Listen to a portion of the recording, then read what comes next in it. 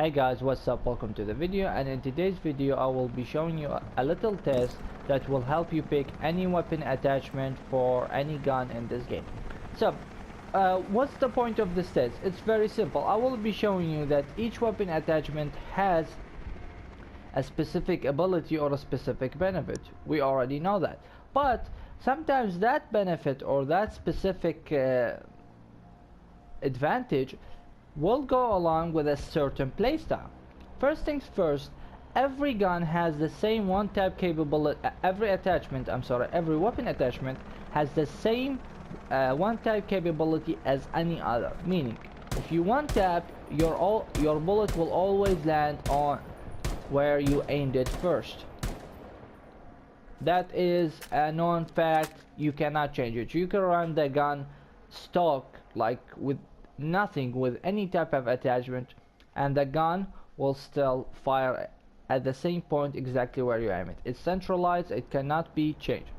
Now, some weapon attachment will benefit you greatly if you tap fire, just like I did before, and I'm gonna do again. If you tap fire, like double tap or triple tap, meaning that you fire 2 or 3 shots at one click or at a single pull of the trigger, if you can say so.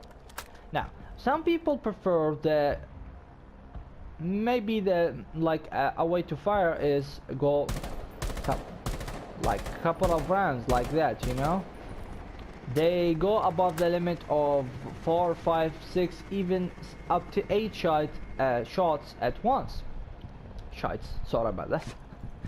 Some people will go full auto. I'm one of them. Since I have a potato aim, which is just bad, I like to go full auto.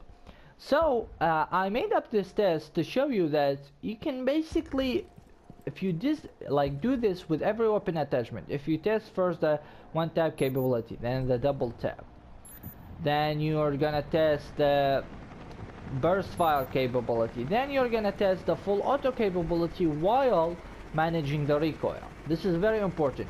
The last part of this test is manage the recoil and go full auto. Basically empty out your magazine. If you have an LMG, I suggest that you put 30-35 rounds, then stop and look at the wall. So let's get started. What you notice here, that my gun pulled me up, which is correct because the C8 has some severe recoil.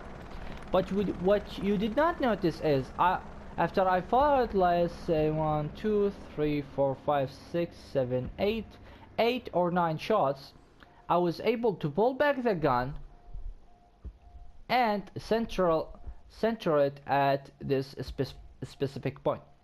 Do you see all these spread? Let's say these are like spray bullets or stray bullets. They did not hit the target. What mattered is the later part of these bullets, because I was going full auto. Let's say that you think you saw someone, or you saw a shadow, or you saw they got tagged through a wall and you can't shoot through them. Because you have these attachments that will help you in order to control your full auto fire, and it works best with this gun. Now you're gonna have the best combination possible in order to manage the weapon. When you manage the weapon, more shots will land on target, thus more headshots and more kills. So as you see here, this is my kill zone, like this little rectangle right here that is defined by these 4 bullets. This is a very effective kill zone. Like this, if someone's head or body or chest was in here and he took up all these rounds, he's gonna die. Even if he is a 3 armor operator, I will empty out 8 or 7 shots into his chest, he's gonna be down. Even the weakest gun in game, which is, I think, if I'm not mistaken, one is the P90. If I did this test and managed that, the one tap is accurate. The double tap is rather good. I was actually surprised when I double tapped with this gun. I know a lot of people do, but I usually either one tap or go full auto. Even the burst fire is somewhat accurate.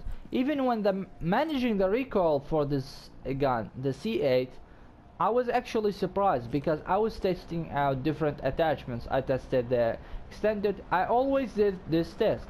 I got similar result, but this attachment, which is by the way the compensator, if you want to know, gave me the best result even with the double tap. Like the double tap with the compensator is somewhat rather good, even best than the flash hider or the muzzle brake.